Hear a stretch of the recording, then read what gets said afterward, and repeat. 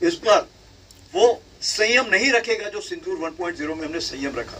पाकिस्तान को सोचना पड़े कि उसके इतिहास में, भूगोल में रहना है कि नहीं रहना। একটি ভূখণ্ড দুই রাষ্ট্র, 7 দশক ধরে টানটান উত্তেজনা।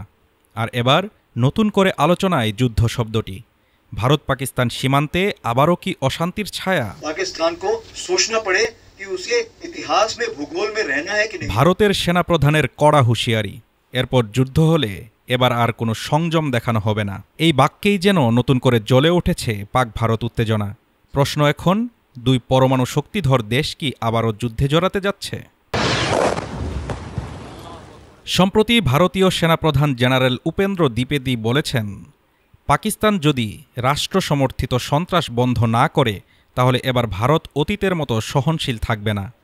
তিনি স্পষ্ট করে দিয়েছেন, পরবর্তী সংঘাতে ভারত আর কোনো সীমা মানবে না। এটি ছিল মে মাসের অপারেশন সিন্দুরের পর ভারতের প্রথম বড় সামরিক ভাষ্য। संयम नहीं रखेगा जो सिंदूर 1.0 में हमने संयम रखा। ভারতের এই হুঁশিয়ারির জবাবে পাকিস্তানও চুপ নেই। ইসলামাবাদ বলছে, এমন হুমকি উস্কানিমূলক ও বিপজ্জনক। পাকিস্তানি বাহিনীর দাবি, তারা যে কোনো আগ্রাসনের জবাব দিতে প্রস্তুত। কিন্তু প্রশ্ন হলো, এই হুমকি আর পাল্টা হুঁশিয়ারির পেছনে কি আছে? ভারত পাকিস্তানের মধ্যে সম্পর্কের সূচনা 1947-এর বিভাজনের রক্তাক্ত অধ্যায় দিয়ে। এরপর 1947, 1965, 1971 ও 1999 সালে দুই দেশের মধ্যে সংঘটিত হয় 4টি সরাসরি যুদ্ধ। কাশ্মীর ইস্যু আজও উত্তপ্ত। 2008 মুম্বাই হামলা, 2016 উরি হামলা এবং 2019 পুলওয়ামা ও বালাকোট স্ট্রাইক। উভয় দেশই বারবার পরস্পরকে দোষারোপ করেছে।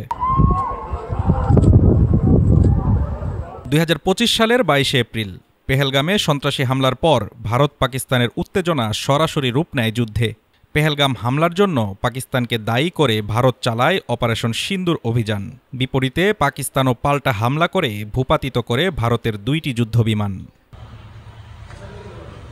বিশ্লেষকদের মতে পূর্ণাঙ্গ যুদ্ধের আশঙ্কা এখনও কম, কারণ দুই দেশই পরমাণু শক্তিধর। যে কোনো সংঘাত হলে বিপর্যয় নামবে গোটা উপমহাদেশে। তবে সীমান্তে ছোট আকারের অভিযান বা পাল্টা হামলার ঝুঁকি রয়েই গেছে।